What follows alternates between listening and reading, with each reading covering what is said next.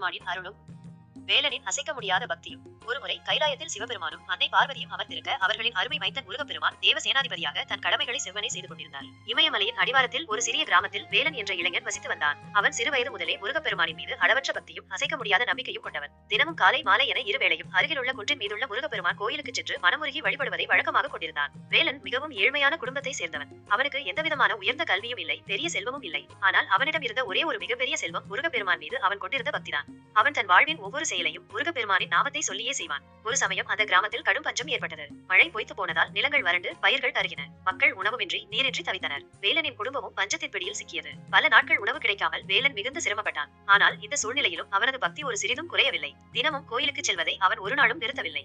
வேலனின் நண்பர்கள் பலர், வேலா, பசியில் துடிக்கும் போது எதற்கு இந்த கோயில் பயணம்? உணவு தேடிச் செல். முருகப்பெருமான் என்ன வந்து உனக்கு உணவு கொடுக்க போகிறாரா என்று கேலி செய்தனர். ஆனால் வேலன் புன்னகையுடன், என் முருகப்பெருமான் கைவிட மாட்டார், அவர் என் பக்தியை அறிவார், நிச்சயம் ஒரு வழி காட்டுவார் என்று பதிலளித்தான். ஒரு நாள் பசியால் மிகவும் சோர்வடைந்த வேலன் குன்றின் மீதுள்ள கோயிலுக்கு சென்று முருகப்பெருமானின் திருவுருவச் சிலைக்கு முன் அமர்ந்து கண்ணீர் மல்க பிரார்த்தித்தான். முருகா, என் குடும்பம் பசியில் வாடுகிறது, என் பக்தியை நீர் அறிவீர், எனக்கு ஒரு வழி காட்டுங்கள் என்று வேண்டினான். பிரார்த்தித்து முடித்தவுடன் அவனது உடல் அசதியில் சுருண்டது.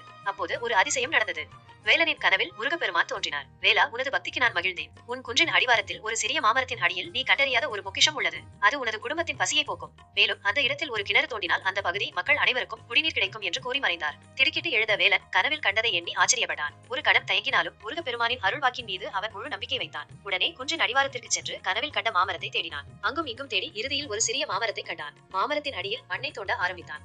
நண்பர்கள் மீண்டும் கேலி செய்தனர். பசியில் பைத்தியம் பிடித்து விட்டது வேலனுக்கு, என்னவோ தோண்டுகிறான் என்றனர். ஆனால் வேலன் எதையும் பொருட்படுத்தவில்லை. விடாமுயற்சியுடன் தோண்டிக் கொண்டே இருந்தான். சிறிது நேரத்தில் அவனுக்கு ஆச்சரியம் காத்திருந்தது. அவன் தோண்டிய இடத்தில் ஒரு பெரிய மண்குடத்தினுள் நிறைய தங்க நாணயங்கள் இருந்தன. வேலன் மிகுந்த மகிழ்ச்சி அடைந்தான். முருகப்பெருமானின் அருளை எண்ணி மெய்சிலிர்த்தான். அந்த தங்க நாணயங்களை கொண்டு தனது குடும்பத்தின் பசியை போக்கினான். பிறகு முருகப்பெருமானின் அருளால் கிணறு தோண்டினான். அந்த கிணற்றில் இருந்து வந்த நீர் கிராமத்தின் வறட்சியை போக்கியது. மக்கள் அனைவரும் வேலனை பாராட்டினர். அவனது பக்தியையும் விடாமுயற்சியையும் வியந்து போற்றினர்.